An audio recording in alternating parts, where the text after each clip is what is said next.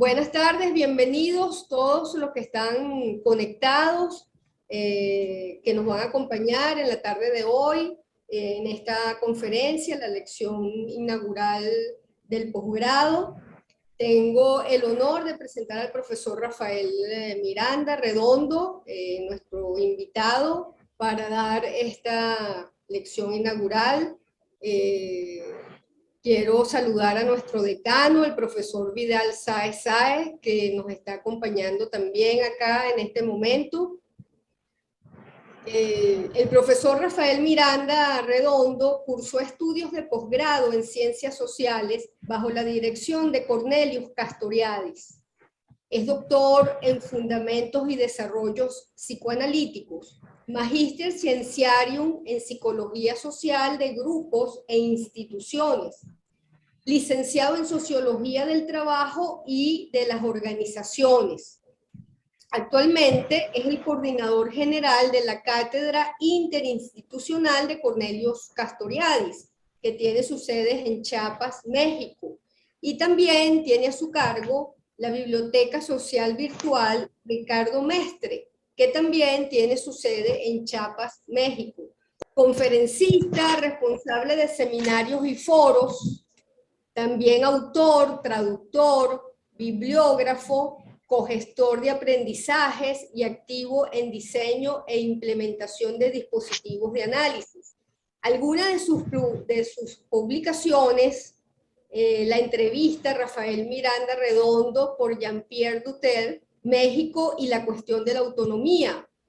El otro no existe, notas provisorias para una clínica de la alteridad, la identidad contra la política, la institucionalización de los movimientos sociales, tierra y libertad, socialismo libertario, amor secreto y desengaño del zapatismo histórico, de la intervención socioanalítica a la obra institucional por la autonomía, las fronteras del odio, reflexionando sobre la alteridad a partir de Cornelius Castoriadis, y la reseña del libro Castoriadis, una vida de Dosset, solo por nombrar algunas de sus publicaciones.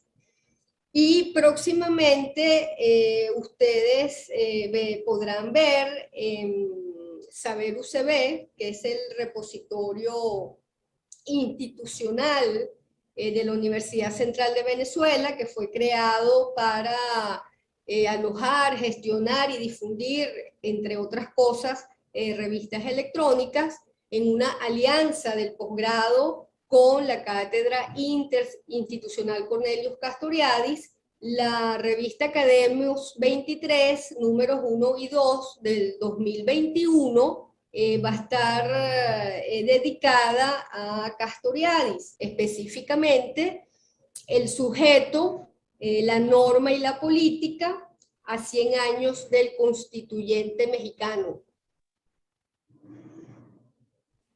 Bueno, vamos a escuchar primero al profesor su conferencia, y luego que él termine su conferencia daremos espacio para las preguntas. Esa es la dinámica que vamos a seguir. Bueno, Rafael, tienes la palabra. Y muchas gracias. Bueno, en primer lugar, agradecer al programa de posgrado en Humanidades y Educación de la Universidad Central de Venezuela, en particular a su directora, la profesora María Eugenia Martínez, y a la colega, la profesora María Eugenia Cisneros. Muy contento también de escuchar que recientemente, que va a ser publicado en poco tiempo, ¿verdad? Ese número de la revista Academos, que efectivamente es un poco el resultado de un evento que tuvo lugar en San Luis Potosí y que fue, digamos, una de los primeros intentos de poner en práctica lo que entendemos por la Cátedra Castoriadis como un dispositivo de intervención. No me voy a detener mucho en dar el detalle de esa publicación en particular, porque al final de mi exposición que tengo prevista para el día de hoy, voy a hacer alusión un poco a esa condición, digamos, de lo que sería el ejercicio de la cátedra como un dispositivo, digamos, de intervención, ¿verdad? También quiero agradecer a aquellos que están participando virtualmente en este evento por su interés, ¿verdad? Entrando ya en el argumento propiamente, yo he intitulado mi exposición La dimensión imaginaria de la sociedad y la promesa de lo ineluctable.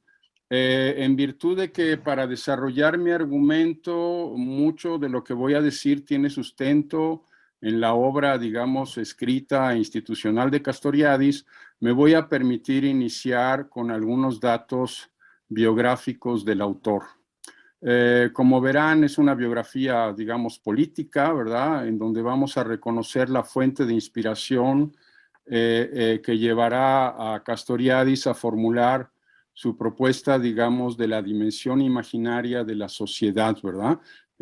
Voy a permitirme a lo largo de mi exposición hacer algunas pausas para enfatizar, digamos, sobre aquello que serían algunas de las categorías principales de la propuesta de Castoriadis respecto a la dimensión imaginaria de la sociedad.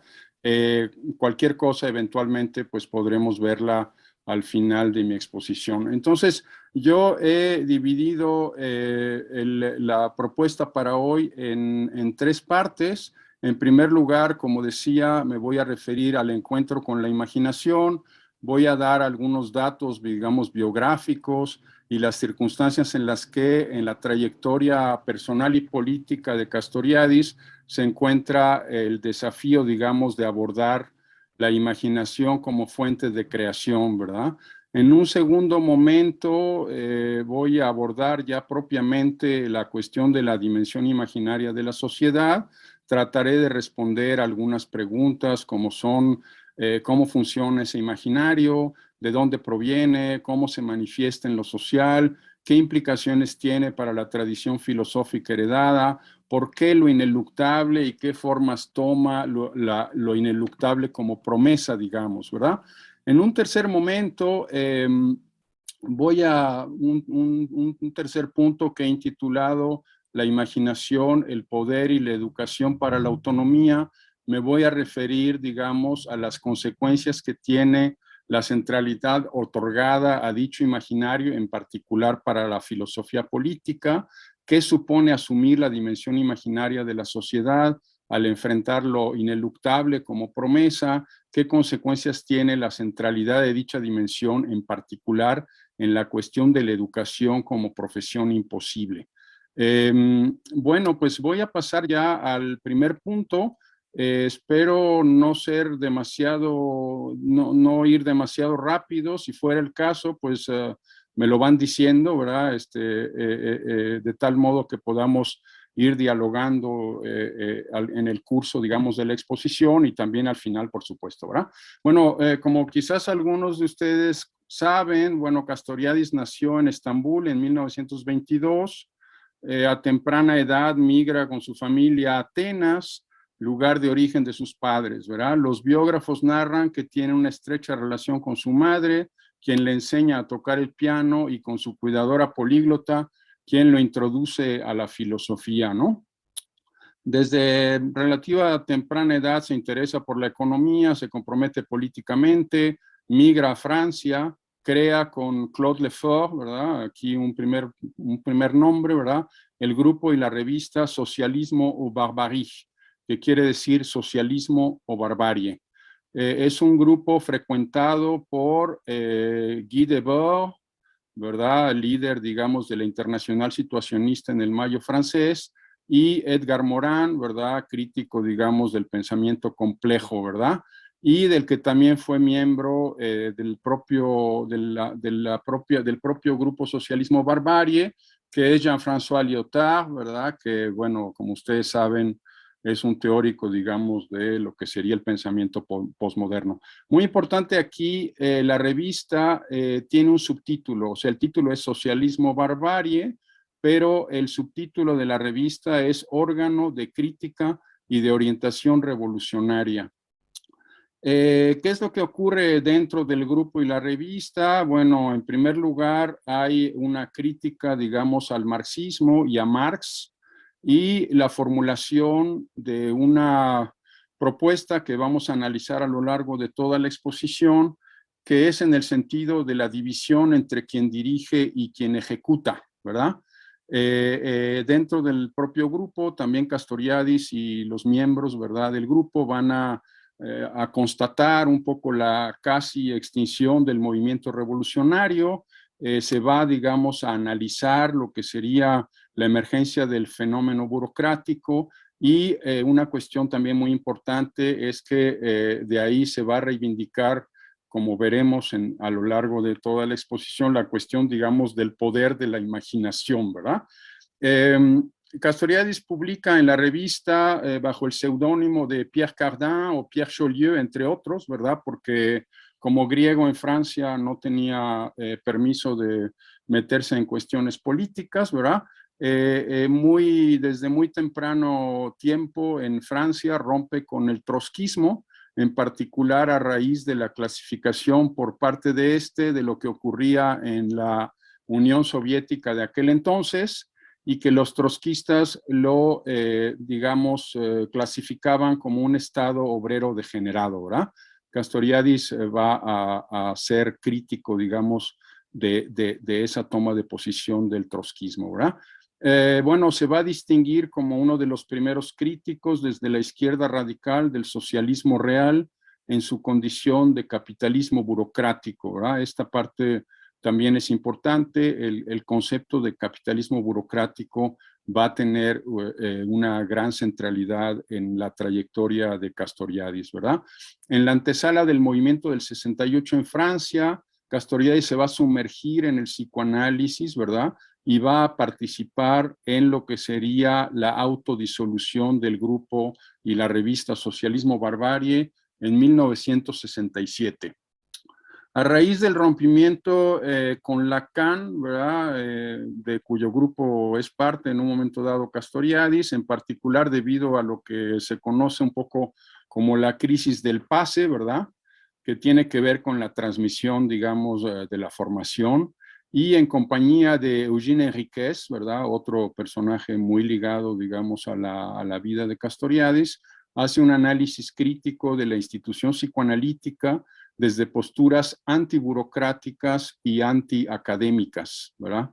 A través de la ARIP, Asociación pour la Recherche et l'Intervention Psicosociológica, Asociación para la Investigación y la Intervención Psicosociológica, a la cual Enriquez pertenece, conoce a los institucionalistas franceses Georges Lapassade y René Lureau, también figuras importantes, digamos, en su trayectoria, ¿verdad? Bueno, ignorado un poco, cuando no, incluso hasta vilipendiado un poco por la élite intelectual de lo que él denominaba la escena parisina, ¿verdad? Castoriadis fue más un militante revolucionario que un académico, ¿verdad? No obstante, al final de su carrera, fungió como responsable de formación en la Escuela de Altos Estudios en Ciencias Sociales de París. Bueno, esa es, digamos, la parte biográfica que me parece importante resaltar, como pueden ustedes ver, en particular en lo que tiene que ver con la cuestión de la división entre quien dirige y quien ejecuta, como lo que está, digamos, en el fondo, digamos, de lo que sería el fenómeno burocrático, ¿verdad? Es a partir de ahí donde Castoriadis va a empezar a pensar y a teorizar, digamos, de lo que sería, digamos, la dimensión imaginaria de la sociedad. Entonces paso ya al segundo punto, ¿verdad? Que es, digamos, de nuevo el título, la dimensión imaginaria de la sociedad propiamente. Como hemos dicho ya, en el origen de la reflexión está la crítica de lo que es conocido, digamos, en la cultura del marxismo-leninismo de aquella época, como las leyes de la historia, ¿verdad? Entonces, ya de ahí hay una cuestión que es importante, y es que, como veremos más adelante, la cuestión, digamos, de la ineluctabilidad del socialismo, Castoriadis va a inspirarse mucho de Rosa Luxemburgo y de Trotsky para establecer una alternancia, y ahí es justamente donde va a decidir el nombre de la revista y del grupo, Socialismo o Barbarie. Es decir, en ese caso, para que ya vayamos entrando en el tema, el socialismo no es ineluctable. Puede haber socialismo, pero puede haber también barbarie, ¿verdad? Entonces, ahí va un poco a empezar a sentar las bases para abordar la emergencia del fenómeno burocrático como efecto, digamos, del desarrollo capitalista, ¿verdad? El derrumbe del proyecto revolucionario, ahí va a discutir seguramente quienes se han acercado a la figura de Castoriadis conocen el debate que tuvo con Jean-Paul Sartre, que en aquella época pues un poco defendía el estalinismo, ¿verdad? Y defendía el maoísmo, etcétera. Y en lo que tiene que ver con la región nuestra y con un poco lo que sería más adelante, digamos, la cultura política del foquismo, también Castoriadis va a tener serias diferencias respecto a la postura y los desarrollos de Frantz Fanon, ¿verdad? De hecho, va él a hacer una crítica importante que vale la pena, digamos, dejarlo anotado sobre lo que él va a caracterizar como el mesianismo tercermundista, ¿verdad? Es decir, de alguna manera va a decir que la figura del hombre nuevo en Fanon pues está muy inspirada, digamos, en lo que sería el mesianismo, ¿verdad? Y eso pues para la discusión que vamos a tener después creo que vale la pena irlo anotando, ¿verdad? Entonces, estaría, digamos, en el origen de esa emergencia del fenómeno burocrático, la cuestión de lo que Castoriadis, aquí una categoría muy importante, denomina la significación imaginaria social del dominio racional. Como seguramente se imaginan, pues aquí está de por medio toda la cuestión, digamos, de la crítica de Descartes, ¿no? Y el positivismo, pero también de lo que Castoriadis va a vincular con Platón y que va a denominar la teología racional. El fenómeno burocrático en versión parcial en el oeste y total en el este darán cuenta de los límites de la contradicción entre capital y trabajo, entre propietarios y trabajadores, y la urgencia de desarrollar las consecuencias y el alcance de la división entre quien dirige y quien ejecuta. Una división que tuvo lugar igualmente al interior del propio grupo de socialismo barbarie en la modalidad de la división entre militantes versus intelectuales, situación que iba a desembocar en la autodisolución. Aquí es importante, ¿verdad? Bueno, a título un poco de anécdota, ¿verdad? Castoriadis en el acta de autodisolución de Socialismo Barbarie, la revista, ¿verdad? Que es publicada, va a mencionar el hecho de que los lectores de Socialismo Barbarie muy a menudo se habían convertido en consumidores de ideas, ¿verdad? En dicho cambio radical de postura encontraremos la centralidad de la interiorización de la norma y del dominio, ¿verdad? Aquí recuerden ustedes, seguramente aquellos que han tenido oportunidad de acercarse al tema, algunas de las frases que estaban en los muros de París en el movimiento del 68, muy inspirado de Castoriadis bajo seudónimo, ¿verdad? Decían, había una, por ejemplo, que decía, el poder es el policía que todos tenemos dentro, por ejemplo, ¿no?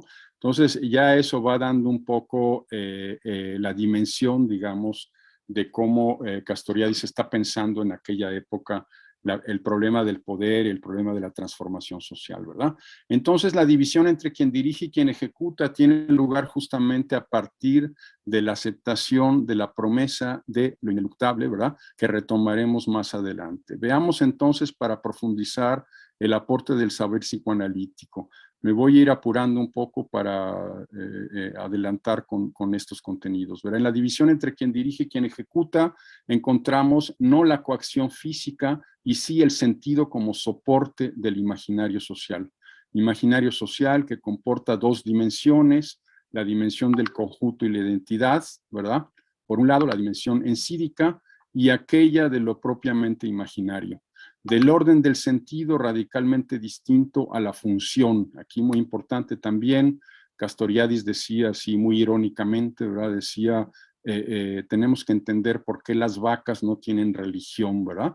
Y ya más en el plano más teórico, ¿verdad?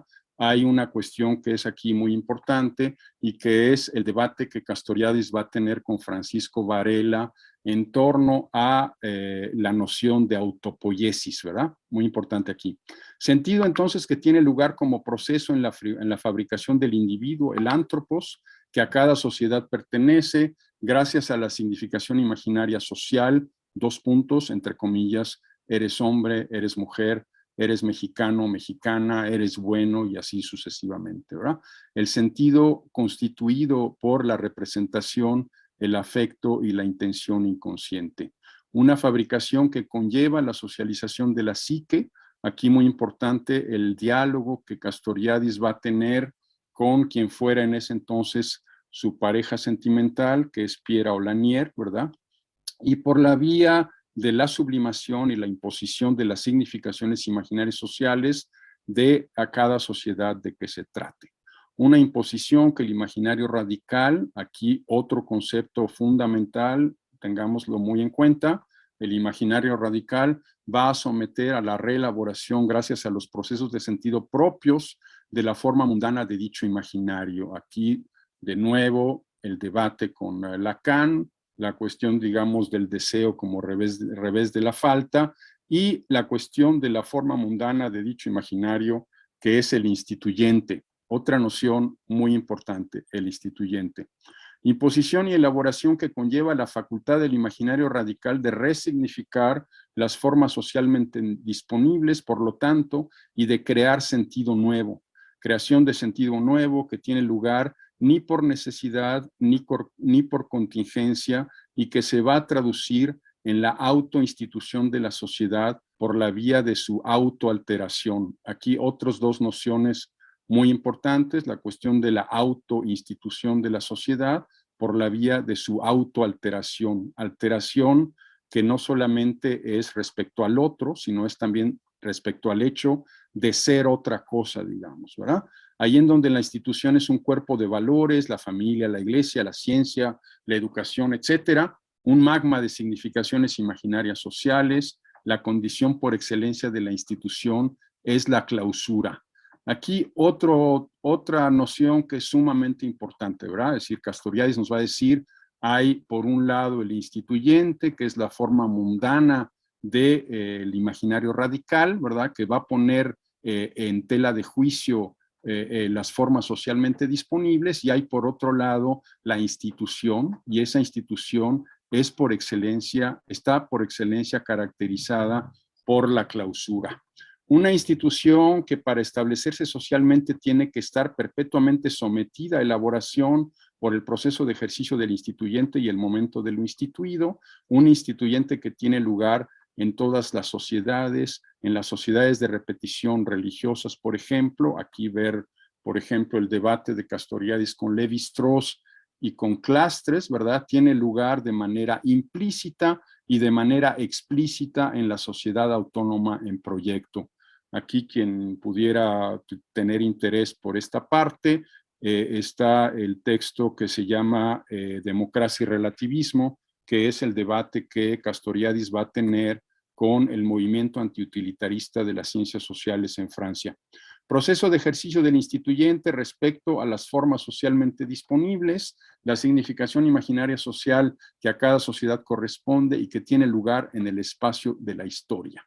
Es decir, aquí de nuevo un concepto que es importante, ¿verdad? Que tiene que ver justamente con la cuestión de la historia y el diálogo y las cosas que Castoriadis va también a compartir en particular con Hannah Arendt al respecto. Historia como espacio de creación, entonces, creación no teológica, la creación teológica no es creación, que va a sugerir que la estandarización de la tradición filosófica heredada tuvo lugar en el sentido de una teología racional, inspirada de nuevo en Platón, y una ontología unitaria. De vuelta a las nociones de la teoría psicoanalítica, a este punto es importante insistir en que en la socialización mencionada tiene lugar un proceso de imposición por parte de la institución social a la psique para que ésta renuncie a la omnipotencia de sí en estado monádico, estado anterior al establecimiento de la separación. Una renuncia que es condición para que la psique, ya como imaginario social, ingrese en el mundo. Fundamental aquí tomar en cuenta que dicha imposición nunca logrará verificarse por completo. Este tema es muy importante, ¿verdad? Es cierto que va a marcar al sujeto en el sentido de la escisión. Es decir, aquí digamos, conocido, ¿verdad? Dentro de lo que sería, digamos, la propuesta psicoanalítica, incluso en términos freudianos, ¿verdad? La cuestión, digamos, de la escisión del sujeto, el hecho de que el sujeto es dos cosas al mismo tiempo, dos por lo menos, ¿verdad? Y tendrá lugar en un momento bisagra entre el imaginario radical y la institución social. No obstante, perdurará en lo profundo del sujeto una nostalgia de un estado. Aquí ese es otro concepto muy importante, la nostalgia de un estado que nos va a permitir justamente hablar más adelante y analizar lo que es, digamos, la promesa del ineluctable, ¿verdad? No obstante, perdurará en lo profundo del sujeto la nostalgia de un estado en el que justamente no hay separación, repito, estado que sustenta la omnipotencia de la psique en estado original. Aquí Castoriadis en sus cursos, ¿verdad? Evocaba muy a menudo un pequeño papel que se encontró en la bolsa de la gabardina de Freud poco tiempo antes de su muerte, y en ese papel decía, lo digo en francés y lo traduzco, je suis le sein, que quiere decir yo soy el seno. ¿Eh? Aquí muy importante esta cuestión de la nostalgia de un estado y digamos lo que sería la cuestión de la omnipotencia de la psique en estado original. Una omnipotencia que será por momentos transferida al otro, el seno materno en ausencia, ver aquí, por ejemplo, el desarrollo de Melanie Klein, ¿verdad? O el padre como fuente exclusiva de sentido en el complejo de Edipo. Esa omnipotencia transferida al otro va a acompañar la vida del sujeto y su alcance. También en la vida, nos atrevemos, de la sociedad como sujeto, será o no relativizado, aquí muy importante, en la medida en que gracias a la práctica de lo que Freud llama y Castoriadis recupera como las profesiones imposibles, la educación, formación, el psicoanálisis y la política en el sentido noble, tenga lugar un proceso de explicitación del estado de transferencia. Aquí, bueno, quien no tiene, digamos, cercanía con el saber psicoanalítico y la parte, digamos, teórica, ¿verdad? La cuestión de la transferencia, Castoriadis siempre va a mencionar que en realidad es la materia del psicoanálisis, pues la cuestión de la transferencia, ¿verdad? Una práctica que logra o no, según el caso, su objetivo constitutivo gracias a la explicitación de la transferencia para las dos primeras, es decir, el psicoanálisis y la educación utilizan como vehículo la transferencia y logran, cuando tienen éxito, la explicitación de esa transferencia, y en el caso de la política, esa transferencia debe de ser evitada desde un principio. Transferencia que de manera sucinta remite a la asimilación del psicoanalista, del maestro, del político, a la figura parental, la madre y o el padre, madre entre comillas o padre entre comillas, como significaciones según la sociedad de que se trate. Las formas sociales que va a asumir dicho estado de transferencia pueden ser cuando prevalecen el estado cuando prevalecen el fanatismo religioso, el odio del otro, el nacionalismo, la misoginia y el racismo. Estado de transferencia, por tanto, que en el caso del proyecto de la sociedad autónoma va a ser explicitado haciendo emerger del proceso un sujeto que va a reconocer en el ejercicio de dicha explicitación su propio origen. Aquí el debate que tuvimos en un momento dado con Eduardo Colombo, psicoanalista en París, ¿verdad? También está puesto en red y publicado, ¿verdad? Erigiéndose así en su condición de sujeto autónomo. La educación y diríamos también el psicoanálisis que no logran ese objetivo, es decir, la explicitación de la transferencia, fracasan. Por otro lado, ahí en donde ese estado de transferencia se perpetúa, lo hace gracias a una fabricación del ántropos que a cada sociedad pertenece, basada en reconocer al padre como fuente exclusiva de sentido, por decirlo menos. A dicha fabricación va a acompañar en la permanencia de la institución de la sociedad, en la sociedad heterónoma, el establecimiento de una metanorma. Aquí otra categoría muy importante para entender nuestro argumento, la cuestión de la necesidad de la sociedad heterónoma de establecer una instancia extrasocial como el origen de la norma. Esa metanorma como norma de normas, ¿verdad? Para estas sociedades que se piensan siempre haber estado ahí y siempre seguir estándolo, es fundamental el establecimiento de una fuente extrasocial como origen. ¿Qué formas toma dicha norma de origen extrasocial? La voluntad divina, los designios de los antepasados, la costumbre, pero también justamente las leyes de la historia, las leyes del mercado, la neutralidad y la omnipotencia de la técnica, la identidad como algo esencial, por dar algunos ejemplos. Son algunos de los aspectos que queremos enfatizar al dejar un registro de lo que entendemos por dimensión imaginaria de la sociedad. Veamos ahora en ese marco qué es y qué papel juega lo que hemos denominado la promesa de lo ineluctable. Cuando Castoriadis aborda la cuestión de la sociedad burocrática, en el libro La Société Bureaucratique número 1, dedica un parágrafo a la ineluctabilidad del socialismo. En ese parágrafo de la ineluctabilidad del socialismo, el autor va a poner el acento en el análisis de esa consigna de la ineluctabilidad del socialismo en la retórica del marxismo-leninismo. De nuevo, las leyes de la historia, en su condición de determinante transhistórico, iban a llevar inevitablemente, entre comillas, a dicha ineluctabilidad. Y el autor iba a replicar al respecto, cito: la historia no es determinada definitivamente más que por la acción determinante del hombre.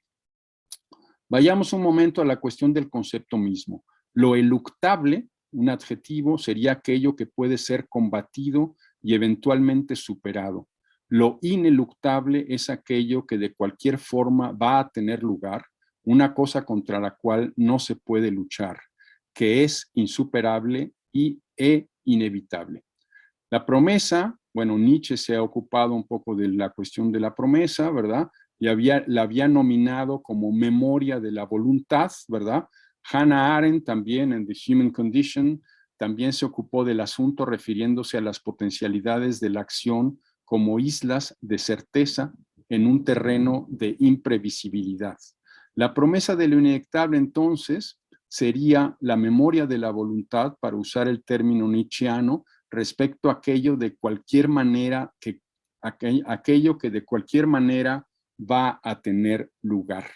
La ineluctabilidad del socialismo entonces sería un ejemplo más de esa promesa cargada de sentido y en nombre de la cual, para utilizar la metáfora de Orwell, el gran hermano podía pedir cualquier cosa a quien lo amaba, en este caso Winston Smith.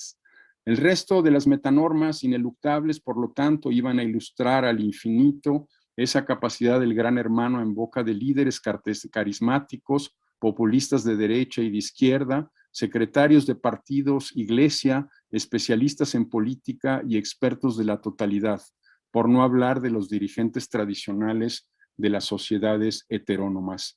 Dicha supuesta ineluctabilidad, para el caso de la significación imaginaria social del dominio racional heredera de la torsión platónica, ahí en donde el filósofo ciudadano es reemplazado por el epistemón que se sustrae de la sociedad y habla sobre ella, iba a fundar la consigna cartesiana que profesa, muy importante, acceder al conocimiento para ser dueños y señores de la naturaleza, con todas las catastróficas consecuencias que conlleva para la sociedad y la ecología.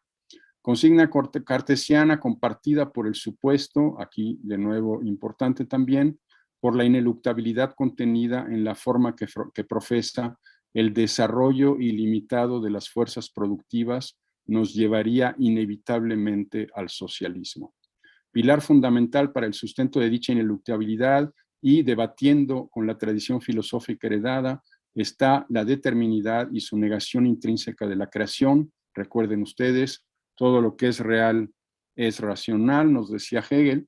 En contraste, nuestro autor, dialogando con la noción aristotélica de fantasía y con algunas aseveraciones sobre el inconsciente, marginales debido al ambiente cientificista en el que Freud desarrolló su teoría, Castoriadis va a reivindicar la cuestión de la creación que tiene lugar ni por necesidad ni por contingencia y que es justamente una facultad del imaginario radical.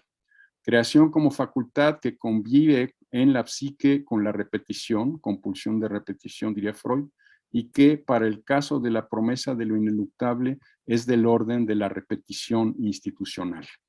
Bueno, digamos que esa parte densa, ¿verdad? Entiendo que hay muchos conceptos, ¿verdad? Nociones que eventualmente, si tenemos oportunidad de profundizar, ¿verdad? Podemos ir aclarando. Voy a pasar ya a la parte número 3, ¿verdad? La imaginación, el poder y la educación para la autonomía. Quiero abrir esta parte citando de nuevo a Castoriadis, ¿verdad? Que nos dice: la universalidad abstracta aparece al mismo tiempo en la política, visto que el Estado o el pueblo, entre comillas, se presentan como sujeto del poder, que es en realidad el poder de la burocracia. Cuando Castoriadis se le pedía que precipitara las consecuencias de su propuesta teórica filosófica a la praxis instituyente, el autor decía que esa puesta en práctica sería obra de quienes lo sucedieron. Había, sin embargo, algo en lo que insistía y que es el carácter trágico de la democracia como régimen.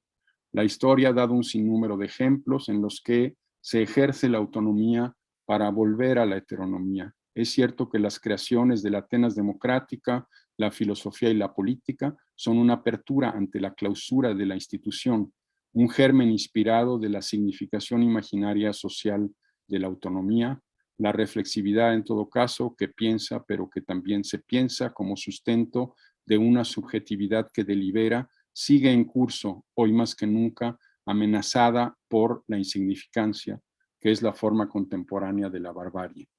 Una insignificancia en ausencia total de proyecto para la cual el consumo y la privatización de la vida constituyen en su calidad de garantes de un estado de transferencia continuado. Cito: el capitalismo parece haber logrado fabricar al fin el tipo de individuo que le corresponde, uno perpetuamente distraído y sapeando de un goce a otro, sin memoria ni proyecto. Para ir cerrando, en este contexto nos preguntamos entonces, ¿cómo hemos asumido el desafío que para el proyecto de la sociedad autónoma representa la propuesta de lo ineluctable? En nuestra praxis instituyente hemos partido de algunos principios básicos. El principio consiste en asumir que la autonomía no puede ser enseñada y que por lo tanto trabajar por ella solo es posible ejerciéndola. Un segundo principio también fundamental consiste en ser consecuentes con el hecho de que trabajar por la autonomía ejerciéndola no puede derivar de o hacer uso de mecanismos heterónomos. Todo ello nos ha llevado a poner en práctica dispositivos para la obra institucional inspirados en una reconsideración del análisis institucional y de la psicosociología de intervención. Tercera cuestión fundamental: la institución que nos interesa intervenir no es la institución de los otros, es la institución que está en nuestro propio origen. Es así como, fieles a esos tres principios, en nuestro trabajo nos propusimos crear un dispositivo de análisis por intervención que hoy tiene el nombre de Cátedra Interinstitucional Cornelius Castoriadis y que está orientado a interrogarnos radicalmente respecto, al menos, a dos instituciones que están en el origen de quienes formamos parte de la iniciativa. 2 puntos: la cultura política de izquierda tradicional y la academia comprometida. Experiencias como la de Tusquelles en las llamadas comunidades terapéuticas, la pedagogía libertaria, el institucionalismo francés, el psicoanálisis de grupo puesto en práctica en el monasterio de Santa María de la Resurrección en Cuernavaca, México, nos han brindado importantes enseñanzas.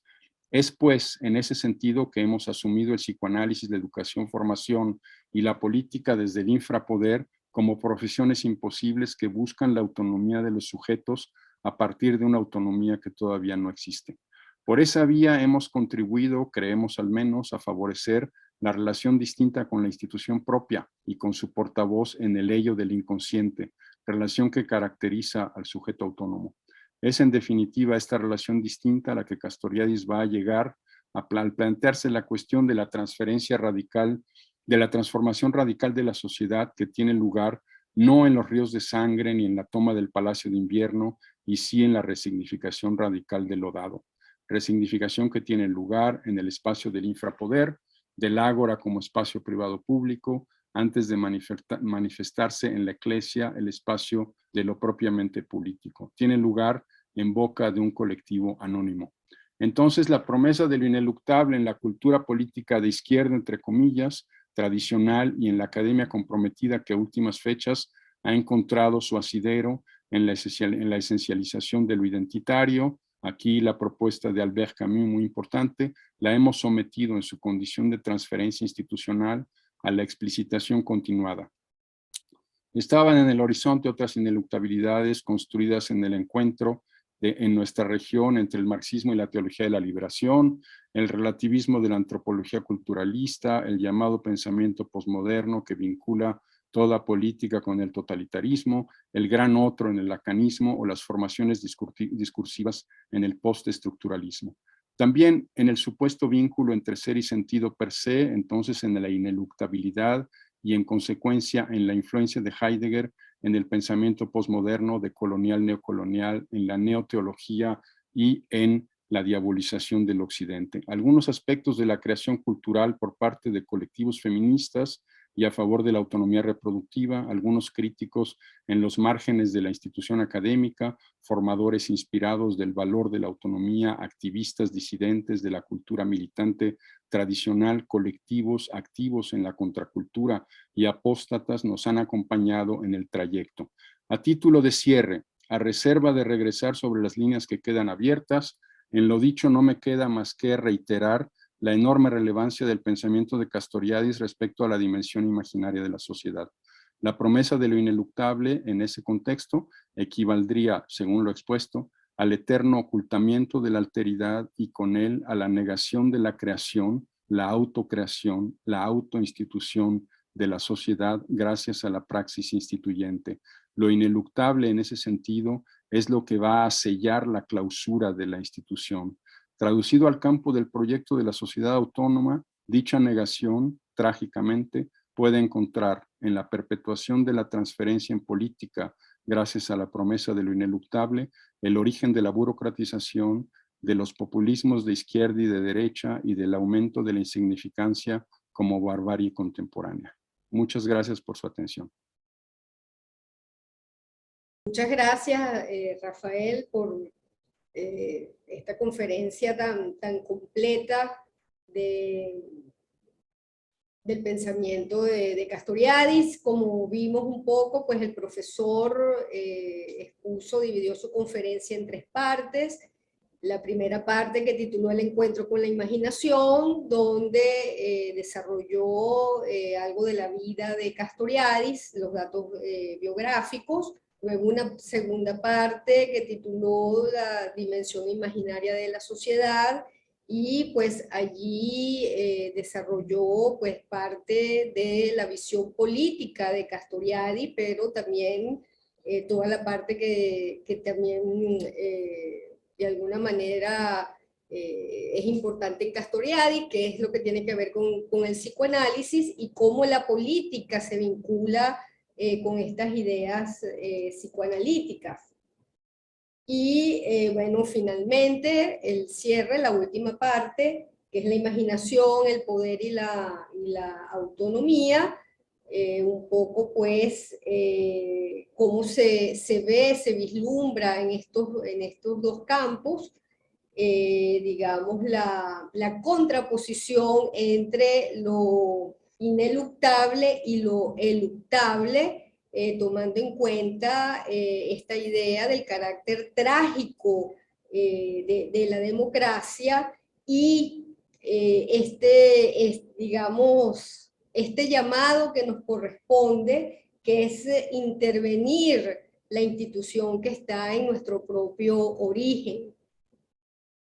Bueno, sin más, entonces ahora pasamos a el espacio de las preguntas que todos aquellos que nos están acompañando quieran hacer.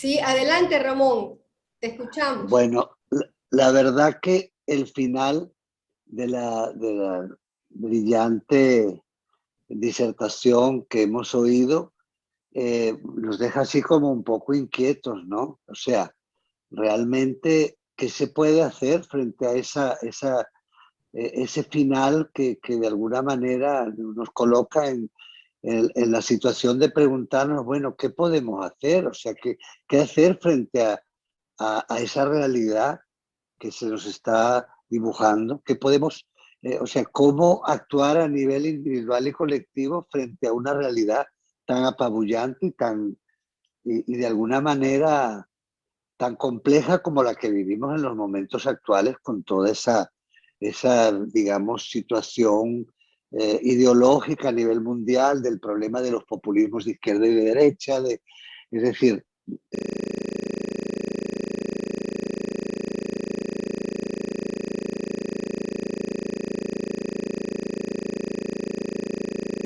Sí, muchas gracias, Ramón, por tu pregunta. Efectivamente, es inquietante el panorama que tenemos actualmente, ¿verdad? También es importante, pues sí, de alguna manera retomar lo que comentaba atinadamente María Eugenia Cisneros respecto un poco a esta cuestión, digamos, de lo que sería, digamos, la condición trágica, ¿verdad?, del proyecto de la sociedad autónoma, ¿verdad? Es decir, finalmente lo que quise yo tratar de resaltar en mi exposición es que, no obstante, ese proyecto es un proyecto que sigue vigente, ¿verdad? El proyecto de la sociedad autónoma. Hay una enorme amenaza, digamos, por parte de lo que sería, digamos, la promesa de lo ineluctable como un instrumento que utiliza, digamos, la crisis de sentido que hay actualmente en la sociedad, ¿verdad?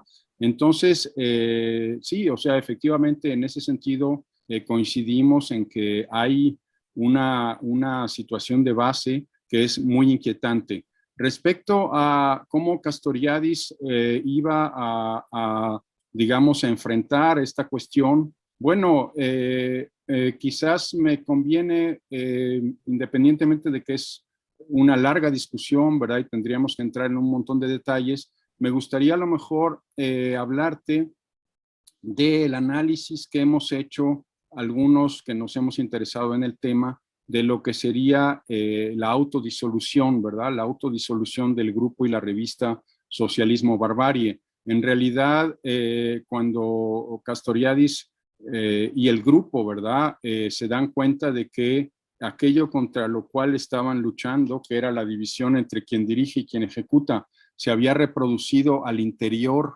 digamos, del propio grupo, ¿verdad? La división entre, digamos, los militantes y los intelectuales, ¿verdad? En ese momento ellos deciden, de alguna manera, como autodisolver, digamos, la organización y el grupo, ¿verdad? Esto nos lleva, digamos, a otro concepto que de alguna manera lo sugerí durante mi exposición, pero que me parece que es fundamental, que es la cuestión, digamos, del hacer pensante, ¿verdad? Y en ese caso, cómo el hacer pensante se va a traducir en lo que hemos denominado, digamos, la obra institucional, ¿verdad? Es decir, sí, o sea, en el mejor de los casos y a lo mejor proyectándome un poco, ¿verdad? Una especie de optimismo, a lo mejor un poco ingenuo, ¿verdad? En el mundo contemporáneo, sí valdría la pena pensar en la posibilidad de hacer institución autónoma, es decir, de trabajar en el sentido de instituciones y de culturas y de valores y de significaciones imaginarias sociales que van en el sentido justamente de que la gente se haga cargo de su futuro y no deje, digamos, su futuro en manos de líderes carismáticos o, qué sé yo, mesías de izquierda o de derecha, ¿no? Entonces, por ahí podría ir. Podríamos hablar, yo mencionaba un par de experiencias que pueden ser en ese sentido muy aleccionadoras. Obviamente, La primera es justamente el movimiento de las mujeres, ¿verdad?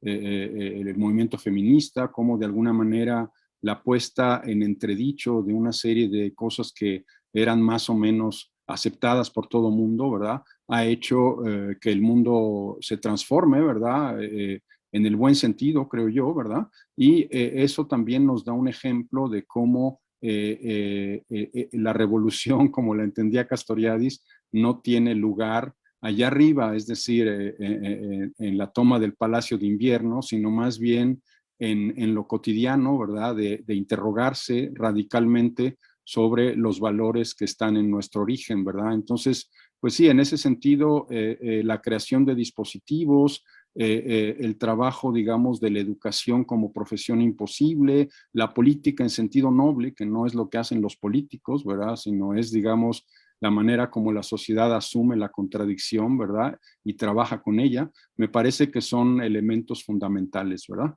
Entonces, bueno, yo creo que no respondo mucho a tus inquietudes, pero por lo menos ahí hay algunas pistas, pues. Muchas gracias, Ramón. Por acá hay unas preguntas. Yajaira Freites dice lo siguiente: profesor Rafael, ¿cómo ese imaginario social instituyente concretamente se manifestaría en el caso de México, por ejemplo? El profesor Carlos Guzmán te pregunta lo siguiente, ¿no? Excelente conferencia. Más que una pregunta, ¿podría el profesor ampliar un poco más el tema de la promesa de lo ineluctable?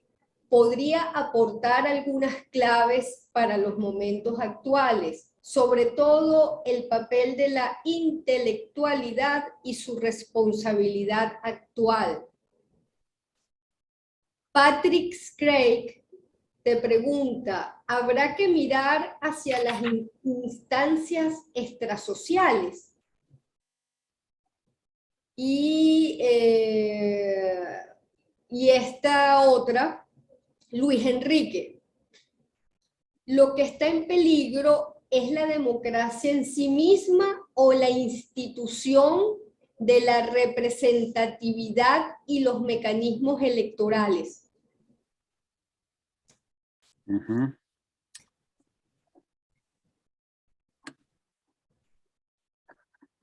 Sí, muy bien. Bueno, pues trato de dar algunas pistas, ¿verdad? Espero que sea útil, ¿verdad? Bueno, a ver, en el caso, digamos, de la primera pregunta de Aide, si entendí bien el nombre, pues bueno, muchas gracias. Gracias por el interés. La cuestión del imaginario social instituyente y cómo eso se manifiesta, digamos, en el caso de México. A ver, nosotros hemos pensado la realidad mexicana de muchas maneras, ¿verdad?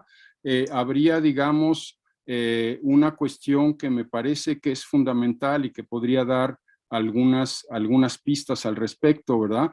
Y es justamente esta cuestión que a lo mejor quien ha tenido interés por México a lo mejor ha logrado encontrarse con esa referencia. Hay un texto de Octavio Paz, ¿verdad?, que se llama El laberinto de la soledad, ¿verdad?, en el que justamente Octavio Paz va a poner el énfasis en esta condición un poco, digamos, bipolar, ¿verdad?, de lo que es la historia y la formación, digamos, de algo que pudiera llamarse la mexicanidad o, en fin, cuestiones de este tipo. Mucho más allá, digamos, de la cuestión nacionalista, ¿verdad? Todo el tema, digamos, entre el pasado indígena, ¿verdad? Todo lo que fue el proceso, digamos, de colonización, ¿verdad? Y así sucesivamente, ¿no? Ahí hay una parte que a mí me gusta mucho recordar, ¿verdad? Y que es a lo mejor, pues puede dar a lo mejor una pista respecto a la cuestión, ¿verdad? En ese texto, Octavio Paz nos habla de un verbo que en México se usa mucho y que es el verbo chingar, ¿verdad? El verbo chingar, ¿verdad? De alguna manera proviene de, digamos, la situación del país en la época de la colonia, ¿verdad? Y particularmente el tema de las mujeres indígenas que eran de alguna manera violadas o eventualmente ultrajadas por los colonizadores y así sucesivamente, ¿verdad?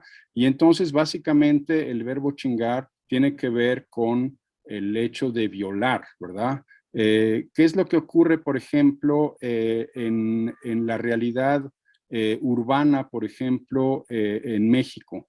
Que ese tipo de términos se trata absolutamente de modificar en el caso, por ejemplo, de la educación. ¿Qué es lo que ocurre en zonas, digamos, rurales, ¿verdad? Donde hay más desinformación, etcétera, que sigue siendo, digamos, un verbo utilizado, por ejemplo, por los niños cuando quieren decir algo positivo respecto a algo, ¿verdad? Tú eres chingón, quiere decir, eres bueno, ¿verdad?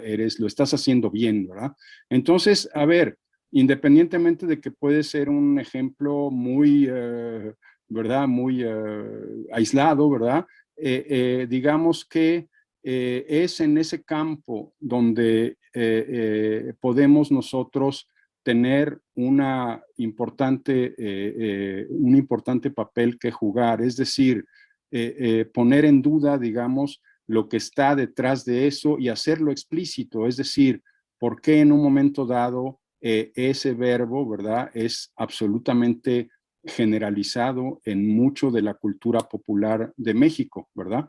Interrogarnos sobre eso y de alguna manera tratar de afrontar los desafíos que suponen, ¿verdad?, el hecho de que siga estando como valor dentro de la cultura mexicana. Entonces, ese podría ser un ejemplo, pero bueno, hay infinidad, ¿verdad? No sé, eventualmente podemos seguir profundizando al respecto. Respecto a la cuestión de la promesa de lo ineluctable, Carlos Guzmán, muchas gracias por tu pregunta. A ver, cuando yo de alguna manera me propuse abordar esta cuestión, digamos, de la dimensión imaginaria, un poco también por el tipo de trayectoria que tuvo Castoriadis, pensé que era fundamental un poco resaltar esta cuestión de cómo el psicoanálisis puede tener una relevancia política, es decir, el psicoanálisis no es ni una ciencia y mucho menos una ciencia burguesa, como solía decir, digamos, se solía decir, digamos, en la cultura proto-marxista-leninista, ¿verdad? Y de alguna manera puede ser un instrumento importante para asumir ciertos desafíos, ¿verdad? Justamente la cuestión de la promesa de lo ineluctable a mí me remite en lo personal y más en general como investigador, me remite justamente a la promesa de la clausura, ¿verdad? Es decir, decíamos a lo largo de la exposición, esta cuestión de la condición del sujeto como un sujeto escindido, ¿verdad? Hay en la psique una tendencia más o menos, digamos, natural, entre comillas, ¿verdad? A buscar lo familiar, a tratar, digamos, de encerrarse, digamos, en aquello que no desafía, digamos, el afecto, etcétera, etcétera, ¿verdad? Y por el otro lado, esa misma psique es capaz en momentos totalmente ni necesarios ni contingentes, ¿verdad?, de crear nuevas formas y de resignificar lo dado, ¿verdad? Ahora bien, si hay algo justamente que se parece justamente a la clausura de la institución, es justamente el recurso de la promesa de lo ineluctable. Es decir, yo te digo algo que es incuestionable, ¿verdad? Y que va a tener lugar de cualquier forma, pues, ¿no? Entonces, creo yo que vale la pena, eventualmente, es una línea que he estado trabajando en los últimos tiempos y que voy a seguir de alguna manera desarrollando. Es una línea que sí me remite mucho, no solamente, digamos, a las, ¿cómo se dice?, a las metanormas tradicionales de la sociedad religiosa, etcétera, etcétera, sino también y sobre todo para el caso del que me estoy ocupando últimamente, para la cuestión de la burocracia. Es decir, hay, digamos, en la burocracia una materialización de la significación imaginaria social del dominio racional, pues, ¿no?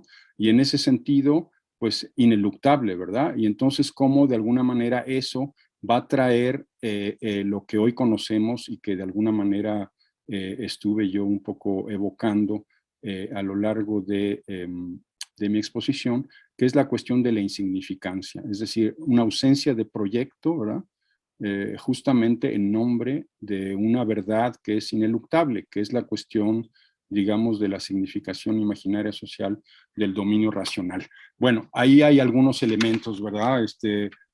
Patri, sí, sí, Rafael, adelante, sí. sí, una corrección, es que me equivoqué. La pregunta de, habrá que mirar las instancias extrasociales, la hace la profesora María Eugenia Martínez.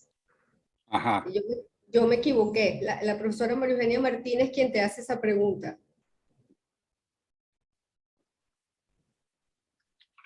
Sí, muchas gracias, María Eugenia, por tu pregunta. Las instancias extrasociales, pues sí, es un poco la misma cuestión. A ver, bueno, yo hice una tesis sobre el tema de la alteridad, ¿verdad? La alteridad como la entiende Castoriadis. Sé que hay algunos autores que, digamos, identifican la cuestión de la alteridad justamente con, digamos, con una instancia extrasocial, etcétera, ¿verdad? Y ahí, bueno, habría un poco que ponerse de acuerdo, ¿verdad? Es decir, ahí hay una cuestión que sí a mí me recuerda mucho la propuesta, digamos, freudiana, ¿verdad? Cuando justamente Freud dice que el psicoanálisis es una religión sin Dios, ¿verdad? En ese sentido, creo yo que vale la pena un poco regresar sobre ese tema a nivel, digamos, de lo político. A nivel ya más, digamos, de lo que es la investigación, etcétera, bueno, vuelvo un poco a lo que sería el ejemplo de México, ¿verdad? Eh, eh, Justamente hay toda una corriente dentro de la antropología que trabaja lo que es, digamos, el sincretismo religioso, ¿verdad? A partir, por ejemplo, de la asimilación por parte de los pueblos, digamos, originarios de lo que sería la religión traída por los españoles, ¿verdad? Y ahí es muy interesante, efectivamente, entrar un poco en lo que sería pues, ¿qué se puede decir? La sociología de la religión o la antropología, etcétera, ¿verdad? Es interesante porque justamente muchos de nuestros pueblos, en particular en América Latina, ¿verdad? Tienen un fuerte referente en términos religiosos. Y creo yo que sí, no es para nada irrelevante, ¿verdad? El hecho de meterse en el análisis de lo que serían, digamos, las religiones y de qué manera eso se va, digamos, precipitando en el mundo contemporáneo. Sabemos, no sé, pienso yo, por ejemplo, en el caso de particularmente de las religiones monoteístas, ¿verdad? ¿Cómo se llama? Castoriadis decía que, bueno, una de las principales cuestiones respecto a las religiones monoteístas tenía que ver justamente con el control, digamos, de la sexualidad de las mujeres, por ejemplo, ¿no? En fin, una serie de cuestiones que me parece que sí, definitivamente son muy relevantes y que coincido contigo, habría que ir justamente a analizar, digamos, qué carácter tienen esas instancias extrasociales. Ahora, independientemente de que, bueno, yo tengo un artículo, si eventualmente hay interés, ¿verdad? el artículo se llama Castoriadis y el regreso de lo religioso. Si alguien quiere checarlo, está en línea, ¿verdad? Independientemente de esa parte que me parece muy relevante, lo que yo quise un poco enfatizar es cómo en el mundo, digamos, ahora sí que del occidente moderno, ¿verdad? Y de la modernidad, ¿verdad? Hay también instancias extrasociales, y justamente ahí es donde yo ponía el énfasis en digamos, el paralelismo entre la consigna cartesiana, ¿verdad? De ser dueños y señores de la naturaleza, ¿verdad?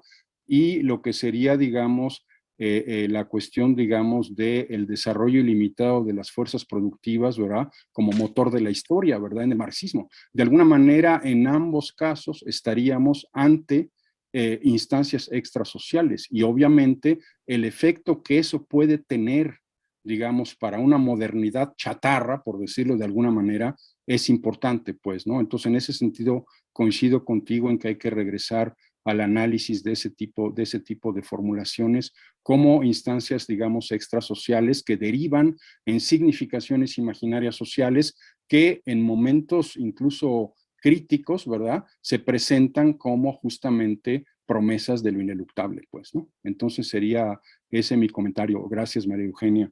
Enrique, no entendí bien la pregunta de Enrique. ¿Me podrías repetir, María Eugenia? Sí, él dice lo siguiente: lo que está en peligro es la democracia en sí misma o la institución de la representatividad y los mecanismos electorales. Muy bien.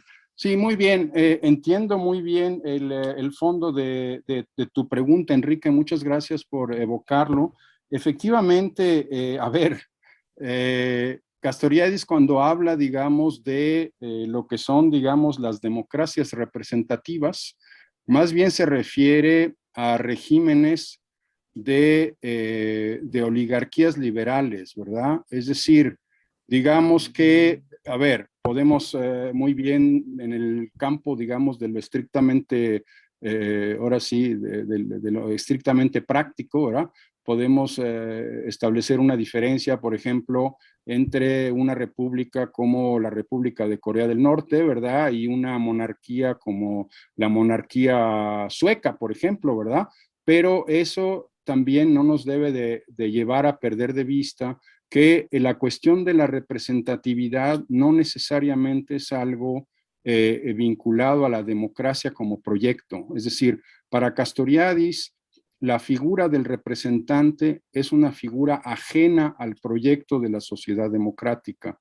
Él nos dice en un momento dado, nos dice, es cierto que para cambiar un foco, ¿verdad?, que está fundido, no tenemos todos que subirnos a la silla y cambiarlo, ¿verdad? Hay cuestiones, digamos, del orden de lo técnico que pueden ser asumidas, digamos, por unos o por otros, pero las cuestiones fundamentales de la sociedad no pueden estar en manos de representantes, ¿verdad?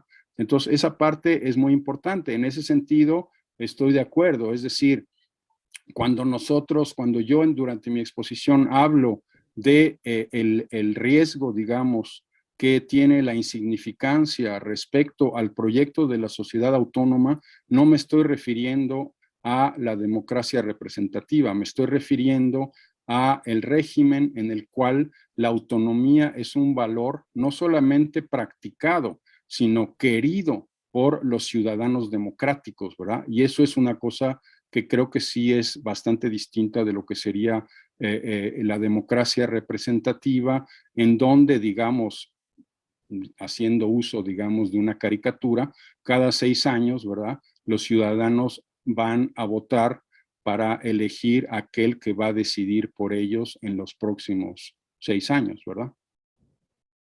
¿Ok? Sí, Rafael, el profesor Carlos Guzmán te escribe por aquí en respuesta a tu exposición, a la pregunta que te hizo anteriormente. Sí. Señala lo siguiente: ok, 1. El psicoanálisis y su relevancia política. 2. La promesa de la clausura. 3. Resignificar lo dado. 4. Ausencia de proyectos.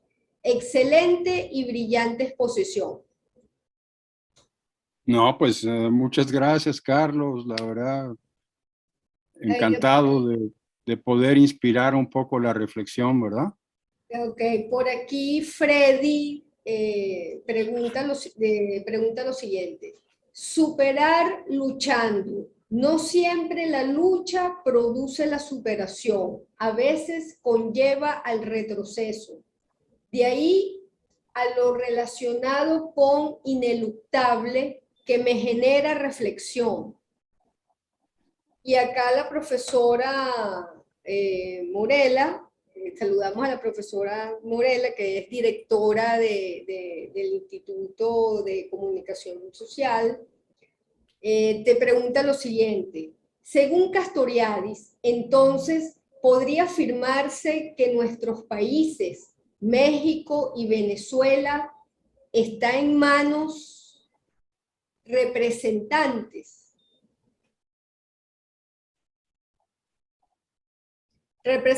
entre comillas?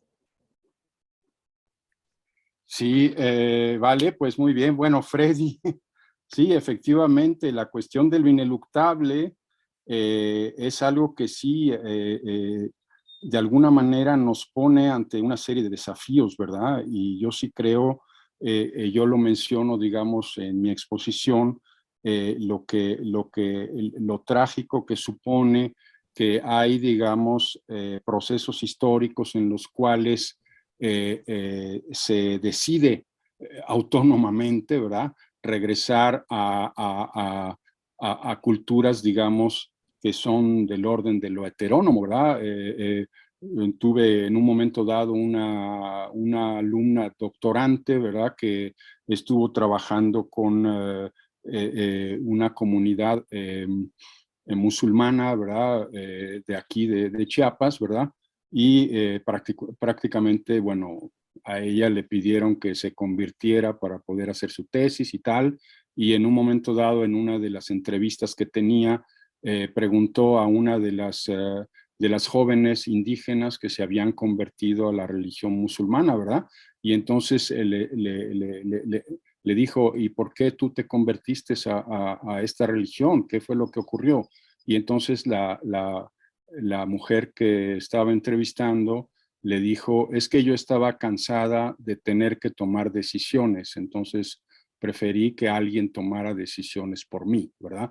Es un ejemplo, digamos, obviamente hay movimientos sociales, ¿verdad? Por no hablar, digamos, qué sé yo, del delirio antisemita, ¿verdad? De las guerras, digamos, de la limpieza étnica, ¿verdad? Que están muy vinculadas justamente a esta especie de regreso, digamos, a las significaciones imaginarias sociales que están más allá del hacer, del alcance del hacer de los individuos que son parte de la sociedad y que dan de alguna manera una especie de paz al alma, ¿verdad? Pero que llevan muchas veces a situaciones justamente como puede ser el caso de fenómenos como ocurrió, por ejemplo, en la ex Yugoslavia. Yo tuve oportunidad de estar cerca de ese proceso, ¿verdad? Y realmente, bueno,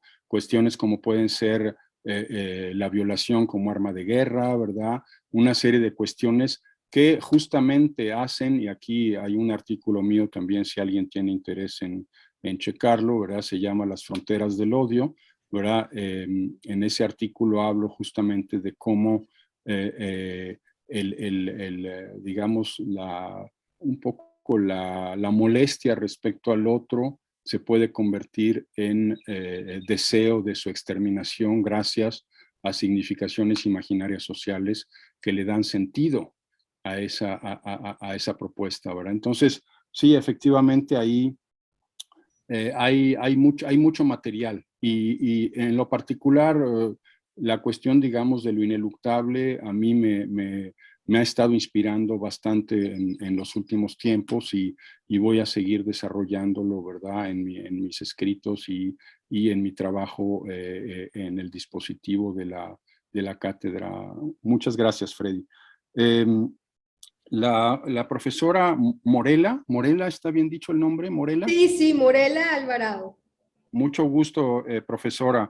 Sí, efectivamente, a ver, la cultura política, a ver, primero, bueno, quiero pedir una disculpa porque conozco relativamente poco, ¿verdad? La historia de Venezuela, ¿verdad? Algunas cosas que he podido conocer a través de colegas queridos, ¿verdad? Con quienes tengo diálogo desde hace muchos años, ¿verdad? Pero hablaría yo más bien de lo que es la situación, por ejemplo, de México actualmente, ¿verdad? En efecto, y bueno, también podríamos a lo mejor generalizar un poco, ¿verdad? Más a nivel, digamos, de nuestra cultura política, a nivel del continente. Es cierto que, digamos, por ejemplo, en el caso de la publicación que estamos previendo, gracias a los apoyos de Academos y de María Eugenia Cisneros y María Eugenia Martínez, ¿verdad? Ahí hablo yo de un evento que quiero a lo mejor utilizar como metáfora, ¿verdad? Que es un evento que tuvo lugar en los años 50, ¿verdad? En San Luis Potosí, y que fue la clausura de la Facultad de Ciencias Sociales. A ver, en particular en el caso de San Luis Potosí, pero bueno, no es exclusivo de San Luis Potosí, ¿verdad? Ha habido un debate por muchos años en nuestro continente entre lo que sería, digamos, la cultura liberal en sentido clásico, ¿verdad? Y lo que sería un poco, pues, la cultura católica, ¿verdad? Y etcétera, etcétera. Y yo creo que a pesar de que no es, digamos, una cuestión, digamos, antirreligiosa o anticlerical, ¿verdad? Yo creo que, en efecto, la cultura católica ha dejado una traza muy importante a nivel del continente. Yo creo que justamente lo que Castoriadis va a denominar como el mesianismo tercermundista, ¿verdad? Ahí él va a desarrollar toda esta teoría según la cual la izquierda, particularmente la izquierda francesa, pero no solamente la izquierda francesa, al ver un poco la evolución, digamos, del aburguesamiento, entre comillas, de la clase obrera, ¿verdad? En la época, digamos, del estado del bienestar, ¿verdad? Volvieron la cara hacia los campesinos del tercer mundo, ¿verdad? Y ahí, obviamente, lo que él denomina un poco la indigencia teórica, ¿verdad? De pasarle la condición de sujeto revolucionario de la clase obrera aburguesada a los campesinos del tercer mundo, ¿verdad? Que es de alguna manera una operación que llevaría mucho a cabo, sobre todo Jean-Paul Sartre, ¿no? Justamente inspirándose en la figura de Frantz Fanon, ¿verdad? Entonces, a ver, digamos que la cultura de izquierda, entre comillas, de nuestro continente, pues está muy inspirada de todo eso. Entonces, yo creo que en efecto, al inspirarse de todo eso, esa cultura de izquierda está de alguna manera faltando a pues un análisis que no ha sido hecho y que de alguna manera nosotros en la Cátedra Castoriadis hemos asumido como una asignatura pendiente, que es justamente ver en qué medida los valores y las significaciones que están en el fondo, digamos, de la cultura política de izquierda, que en muchos casos están, digamos, inspirados de una especie de mixto entre marxismo y teología de la liberación, ¿verdad? De alguna manera ha también dejado un rastro en esa cultura del mesianismo, en la cual pues ahora sí que regresando un poco a la anécdota y a la metáfora del gran hermano, ¿verdad? O sea, vemos en los representantes una especie de padre todopoderoso que puede decidir y que puede hacer con nosotros lo que quiera. Y eso es algo que es contrario al proyecto de la sociedad autónoma. Muchas gracias, profesora. Sí, la profesora Morela te escribe por acá, encantada, profesor, brillante y pertinente exposición, totalmente de acuerdo, muchas gracias por su respuesta. Muchas gracias. Sí.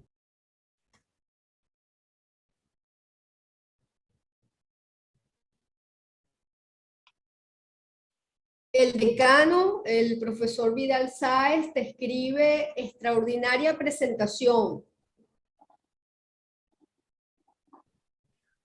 Muchas gracias, profesor Vidal. Bueno, a mí me gustaría, Rafael, si es posible, si pudieras profundizar en esta idea que en algún momento comentaste en el segundo punto de tu exposición, ¿no? De la dimensión imaginaria de la sociedad, la escisión del sujeto, que el sujeto son dos cosas al mismo tiempo. O sea, ¿cuáles son estas dos cosas que es el sujeto al mismo tiempo? Y, ¿Y qué vinculación tendría si aceptamos que, o sea, esa decisión es inherente, es propia del sujeto o es creada? Y en cualquiera de las dos cosas, si es propia, si es inherente del sujeto, bueno, ¿qué pasaría allí en relación con los procesos de sentido? Y si es creada, entonces podría esa creación ser aprovechada por lo ineluctable hacia la insignificancia. No, pues muy interesante, María Eugenia. Creo que tenemos, habría para armar un seminario al respecto, pero bueno, sí. Pero piénsalo, piénsalo.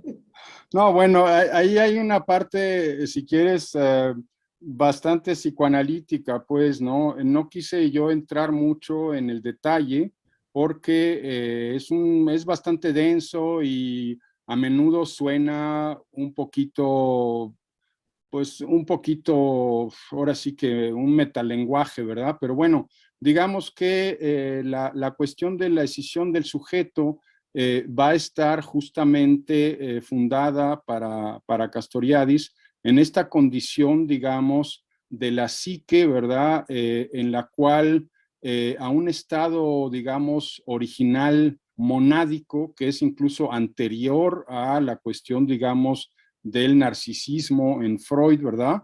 En ese estado monádico lo que hay es, digamos, una indiferenciación, digamos, ¿verdad? Es un estado que solamente se tiene como referente a sí mismo, ¿verdad? Donde el yo es todo, pues, ¿no? De alguna manera, ¿verdad? Antes incluso del yo, porque el yo supone ya la separación, ¿verdad? Entonces, ¿qué es lo que ocurre? Que a la hora en que la psique es, digamos, socializada, ¿verdad? A la psique la institución social le impone significaciones imaginarias sociales para dejarla entrar en el mundo, ¿verdad?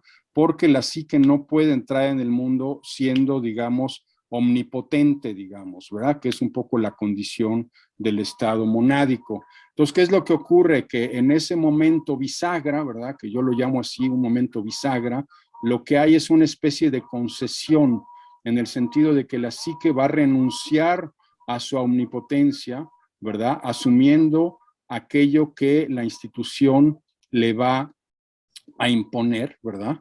Pero al mismo tiempo el estado monádico como una, decía yo, como una nostalgia de un estado, ¿verdad? Va a perdurar a lo largo de la vida del sujeto. Entonces ahí es donde está precisamente esa condición de decisión, es decir, digamos que el imaginario social en su dimensión individual, ¿verdad? Va a vivir entre un movimiento hacia el deseo, digamos, de restaurar ese estado, esa nostalgia de un estado donde no hay contradicción, y por otro lado la necesidad de darle a la institución, ¿verdad?, la certeza de que está renunciando a la omnipotencia del Estado monádico, ¿verdad? Entonces hay ahí, digamos, ya de por sí una condición escindida, ¿verdad? Hay una condición doble, digamos. Yo soy lo que soy, pero soy también otra cosa, digamos, ¿no? Decía yo, esta alusión que hacía Freud, ¿verdad?, a la cuestión, a ver, durante el proceso, digamos, de socialización de la psique, digamos, el establecimiento de la separación va a tener lugar, según, por ejemplo, Melanie Klein, en el momento en el cual el seno materno está ausente, ¿verdad? ¿Por qué? Porque en la tendencia, digamos, de la psique en estado original, la cuestión es asimilar el seno a sí mismo, es decir, el seno soy yo, ¿verdad? Pero ¿qué es lo que ocurre? Que el seno no es el neonato, pues el seno es la madre. Y en ese momento se establece ahí una ruptura, una separación, que es lo que va a caracterizar al sujeto durante toda su historia, pues, ¿no? Entre esta, repito, esta nostalgia de un estado, ¿verdad? Un estado donde no hay contradicción, donde lo que hay es omnipotencia, ¿verdad? Y otra en la cual la institución le impone a la psique, ¿verdad?, que renuncie a esa omnipotencia, y la psique lo hace, digamos, asumiendo las significaciones imaginarias sociales impuestas por la institución, pero de alguna manera también resignificándolas, ¿verdad? Entonces, iría un poco por ahí la cosa, digamos, es más complejo y habría que ver cómo todo esto se va a manifestar a nivel, digamos, de lo que sería el individuo como fragmento de la sociedad y así sucesivamente. Pero bueno, ahí sí, repito, sería cuestión de que organizáramos un seminario, pues. Muchas gracias, María Eugenia. Bueno, la profesora Aura Marina Guadas te escribe reflexiones muy importantes en estos tiempos. Muchísimas gracias. Muchas gracias, profesora. Verónica Fuenmayor, qué interesante todo lo que plantea, profesor. Invita a la reflexión de la realidad. Muy agradecida. Gracias, Verónica. El profesor Mario Morenza, extraordinaria y grata presentación. Tantísimas gracias para todos. Esperamos la segunda parte. Muy bien, pues un placer, Mario. Muchísimo gusto. La profesora María del Pilar Puig, a quien saludamos, que fue también directora de estudios de posgrado, dice lo siguiente: el profesor ha dicho, según entendí, que la autonomía no puede enseñarse. ¿Qué hacer entonces? Sí, muchas gracias, María del Pilar. Es una pregunta muy pertinente. Efectivamente, a ver, cuando nos proponemos justamente la cuestión de la autonomía, viene esa interrogante que se abre, es decir, ¿cómo podemos nosotros, a partir, digamos, de un supuesto saber, por ejemplo, cómo podemos nosotros invitar al otro a ser autónomo? Automáticamente en esa relación de invitar al otro a ser autónomo, estamos ya estableciendo una jerarquía, ¿verdad? ¿Qué es lo que ocurre, por ejemplo, en la cuestión de la contención en la escena psicoanalítica? Que el analista se contiene respecto al poder que tiene sobre el analizado. Ese tipo de relación se repite al infinito, por ejemplo, en la relación entre enseñante y enseñado, la relación entre líder de organización y participantes de la organización y así sucesivamente. Entonces es muy pertinente la pregunta, porque justamente la respuesta es en términos de que la manera de trabajar por la autonomía es ser autónomos, ¿verdad? Es decir, lo que nosotros tenemos de alguna manera que dar a conocer es que asumimos el proyecto de autonomía en nuestros actos cotidianos, ¿verdad? Y esa es la manera de trabajar, es decir, enseñar la autonomía ahora sí que enseñarle a la gente a ser libre es algo que, a ver, a lo mejor en la pastoral social sí se practica y se cree en eso, pero en la perspectiva del proyecto de autonomía no es algo que tenga validez. ¿Por qué? Porque el hecho de enseñar la autonomía es precisamente utilizar métodos heterónomos y no se puede utilizar métodos heterónomos para trabajar por la autonomía. Pues, ¿qué supone qué supone trabajar por la autonomía asumiendo la autonomía? Supone justamente poner en duda e interrogarse radicalmente sobre las instituciones que están en nuestro propio origen, que es justamente lo que desde la Cátedra Castoriadis tratamos de hacer respecto a la cultura política de izquierda tradicional y el mundo académico comprometido, pues, ¿no? No sé si queda claro ahí. Ana Julia te escribe por acá: brillante esta lección inaugural y es pertinente para la reflexión de lo ineluctable en la sociedad venezolana. El discurso de la representatividad frente a lo supuestamente autónomo de la participación directa de la ciudadanía en los asuntos públicos. Muy, muy importante. Muchas gracias, Ana Julia. Estoy de acuerdo con esa apreciación. Bueno,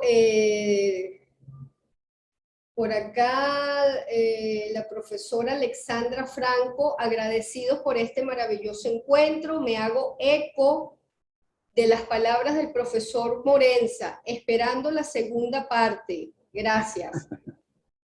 La profesora María del Pilar Puig, muchas gracias, profesor, muy serio y motivador su trabajo. Ana Julia te responde: gracias, gracias a todos. Bueno, ¿alguien más tiene alguna pregunta o algún comentario?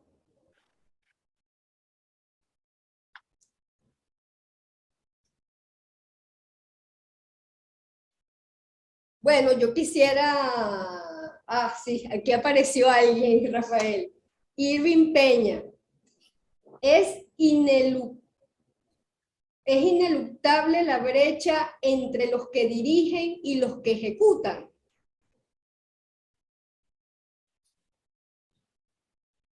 Muy, muy importante, Irving, muy importante y muy interesante tu pregunta. No, efectivamente no es ineluctable la brecha entre quien dirige y quien ejecuta. Justamente hace un momento hablábamos de la manera, digamos, de asumir el proyecto de autonomía desde la reflexividad. En ese sentido, el referente pues es mucho, digamos, el germen que supone el nacimiento de la política y de la filosofía, lo que de alguna manera,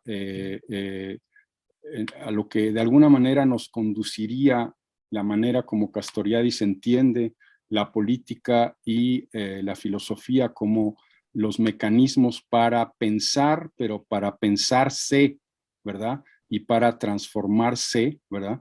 Es en el sentido justamente de romper con esa división entre quien dirige y quien ejecuta.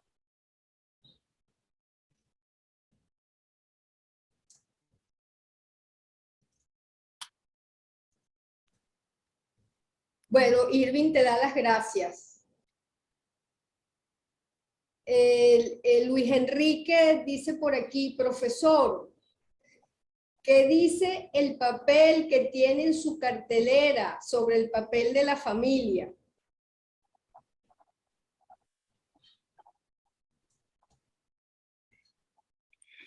Sí, muy interesante también. A ver, la familia es una institución, ¿verdad? Y obviamente cada sociedad, no obstante, digamos, promueve su modelo de familia como si fuera un modelo universal, ¿verdad? Cada sociedad tiene un modelo de familia que está basado como institución en lo que Castoriadis denomina un magma de significaciones imaginarias sociales, ¿verdad? Recientemente estaba yo, o sea, no quiero que se tome estos comentarios, que se tomen como, digamos, una actitud, digamos, ¿cómo se dice? Hostil, digamos, al mundo musulmán, ¿verdad? Pero es un mundo que me sirvió a mí mucho para analizar a través de mi trabajo, particularmente en una organización que tenía sede en Lausanne, Suiza, que trabajaba con víctimas de guerra, ¿verdad? Y víctimas de tortura, y entonces en esa organización yo, digamos, capacitaba al personal y tenía yo casos de resistencia, digamos, o de acciones en contra de lo que es el matrimonio forzado.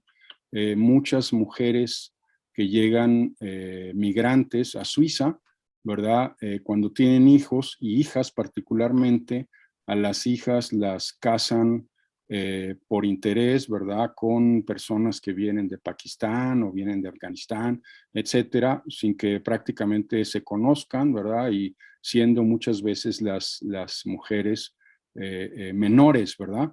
Es decir, entonces eso nos da cuenta de que cada sociedad, digamos, promueve una manera, digamos, digamos, de entender lo que es la familia, ¿verdad? Entonces ahí, bueno, hay que obviamente relativizarlo a través de una categoría castoridiana que es muy importante, que es la categoría de lo social histórico. Ahora bien, si nosotros regresamos, por ejemplo, a lo que sería el movimiento del 68 en Francia, para hablar más, digamos, de lo que es la cultura del occidente moderno, por decirlo de alguna forma, ¿verdad? Una de las grandes reivindicaciones que había durante el movimiento del 68, de hecho, la revuelta nace a partir de la resistencia de algunos estudiantes a que en los, ¿cómo se llama? En los albergues universitarios estuvieran separados los hombres de las mujeres, ¿verdad? Entonces ahí nace un poco la revuelta del 68 y hay que reconocer que mucho de lo que se inspiró justamente en Castoriadis de la división entre quien dirige y quien ejecuta fue de alguna manera puesto en práctica también por la Internacional Situacionista a la hora de criticar la vida cotidiana. Criticar la vida cotidiana, ¿qué quiere decir? Quiere decir interrogarse, por ejemplo, respecto a los roles de género, ¿verdad? Respecto a el padre como fuente exclusiva del sentido, ¿verdad? Y así sucesivamente. Entonces, pues sí, la familia es una institución como lo es la iglesia, como lo es la educación, y hay dentro, digamos, de estas instituciones, ¿verdad? Procesos en los cuales se interroga, ¿verdad? Algunos de los valores fundamentales, digamos, de lo que es cada una de esas instituciones. Que además ahí es muy importante también tomar en cuenta que cuando Castoriadis habla de la creación de sentido nuevo, ¿verdad?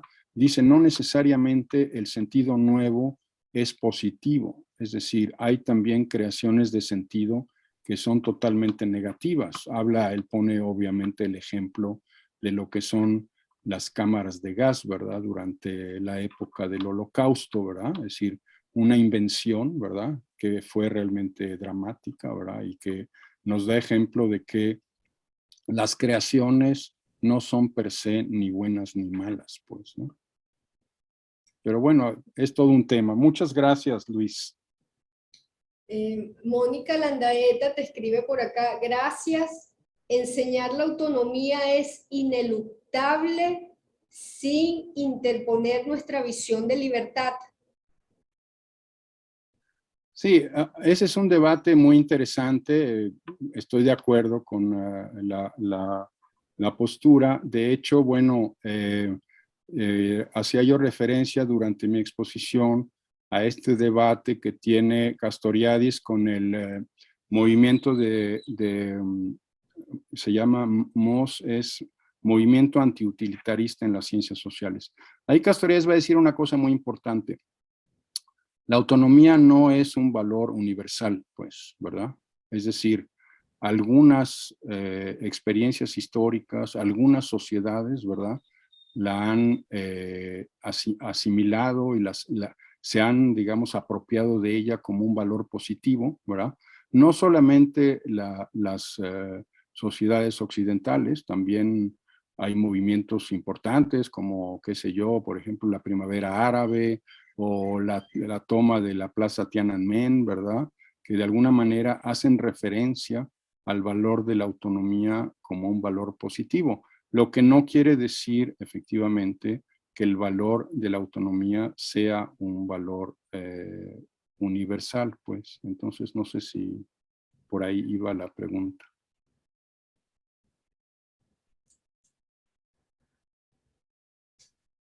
Bueno, ya vamos a ir cerrando porque ya estamos llegando al tiempo. Bueno, no sé si por allí alguien más todavía quiere hacer una última pregunta o algún comentario.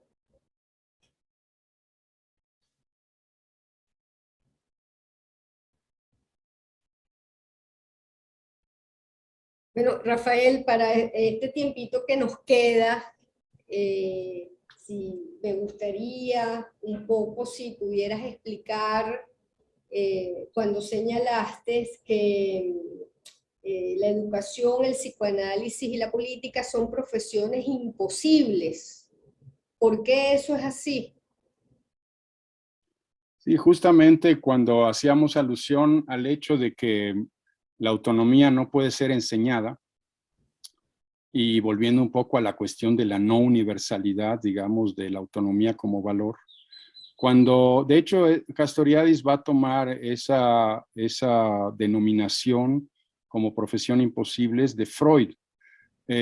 ¿Por qué profesiones imposibles? Porque justamente en el caso, digamos, de la educación y el psicoanálisis, lo que buscan es justamente crear, o sea, a partir del ejercicio de la autonomía, trabajar por la autonomía del otro, digamos, ¿verdad? Ahora bien, eso tiene lugar justamente en el caso, por ejemplo, de la educación y el psicoanálisis a través, decía yo en mi exposición, de la explicitación del estado de transferencia que supone la educación y el psicoanálisis, es decir, el supuesto saber en el caso del psicoanálisis, ¿verdad? Y también de alguna manera el supuesto saber en el caso del proceso de educación-formación, ¿verdad? Es decir, lo que ocurre ahí es justamente que tanto el psicoanálisis como la educación van a llegar a su propósito final en el momento en el cual aquel que es, digamos, el estudiante o aquel que es, digamos, el paciente del psicoanálisis o aquel grupo, digamos, que de alguna manera está viviendo la experiencia psicoanalítica grupal, ¿verdad? Va en un momento dado a reconocerse como el origen de su propia norma, ¿verdad? Y entonces en esa medida va a desarrollar la autonomía. Ahora, ¿eso cómo se trabaja? Se trabaja justamente, como decía yo, ejerciéndola. En ese sentido hay decía yo y lo mencionaba yo en mi exposición, hay una experiencia que fue muy interesante aquí en México en los años 50, que fue justamente la llegada de unos psicoanalistas a un seminario, digamos, de sacerdotes que estaba en Cuernavaca, Morelos, ¿verdad? Y entonces todo el proceso por el cual justamente en un momento dado hubo una crisis y ese seminario se disolvió, fue incluso pues un poco condenado por el Vaticano y así sucesivamente. Entonces, en efecto, volviendo un poco a tu pregunta, lo que tiene lugar es que se trabaja por la autonomía a partir de una autonomía que todavía no existe. Es decir, tú cuando ejerces la autonomía en tu persona, en lo cotidiano, respecto a tus propias instituciones, una actitud crítica respecto a tus propias instituciones, estás de alguna manera trabajando por la autonomía de los otros, ¿verdad? pero la autonomía de los otros todavía no existe. Entonces, en esa medida, son profesiones imposibles, pues, ¿no? ¿Verdad? Un poco iría por ahí la cosa. Bueno, yo creo que pues ya podemos ir cerrando. Dar las gracias, por supuesto, al profesor Rafael Miranda. Ha sido una excelente conferencia. Dar gracias a todos los participantes por sus intervenciones. Las preguntas han estado sumamente interesantes. Casi que las preguntas dan también para seminarios, para varios seminarios o cursos. Y bueno, por aquí, bueno, la profesora Alexandra de Franco, felicidades a la Comisión de Estudios de Posgrado de nuestra facultad por esta maravillosa lección inaugural. Gracias, profesor Rafael, por su brillante exposición y disertación. Luis Enrique, gracias a todos, al profesor y bueno, y a mi persona, o a la persona de la profesora María Eugenia Martínez. Puso María Eugenia sin apellidos, así que asumo que estamos, estamos incluidas allí las dos. Muy bien. Irama García, felicitaciones al doctor Rafael por su conferencia, excelente. Verónica Fuenmayor, reitero mi agradecimiento y mi felicitación por esta posibilidad de reflexionar sobre nuestras realidades latinoamericanas. La profesora María del Pilar Puig, muchísimas gracias por la charla. Me alegro mucho que nuevamente se haya realizado una lección inaugural. Felicidades, María Eugegias. Un saludo cariñoso a todos. Yané Rodríguez, mil gracias al profesor y felicitaciones a toda la Comisión de Estudios de Posgrado por este esfuerzo. Irama García, el equipo de la Comisión de Estudios de Posgrado de la Facultad de Humanidades y Educación por esta iniciativa. La profesora María Eugenia Martínez, muchas gracias a todos por su asistencia, especialmente al profesor Rafael Miranda. Esperamos un próximo encuentro. Y Verónica Fuenmayor, muchas gracias a los organizadores también. Bueno, pues entonces con esto damos por terminado nuestro encuentro de hoy. Rafael, bueno, creo que queda abierta la posibilidad de poder organizar próximos encuentros. Bueno, ya conversaremos con la profesora Martínez y bueno, estaremos en contacto. Muchas sí, claro, gracias, no. Rafael. Sí, no, bueno, yo nada más un último comentario para agradecer muchísimo pues el interés de todos, ¿verdad? La participación, las preguntas excelentes, ¿verdad? Y bueno, pues desearles lo mejor, esperemos que podamos seguir dialogando en el futuro. Muchas gracias a todos.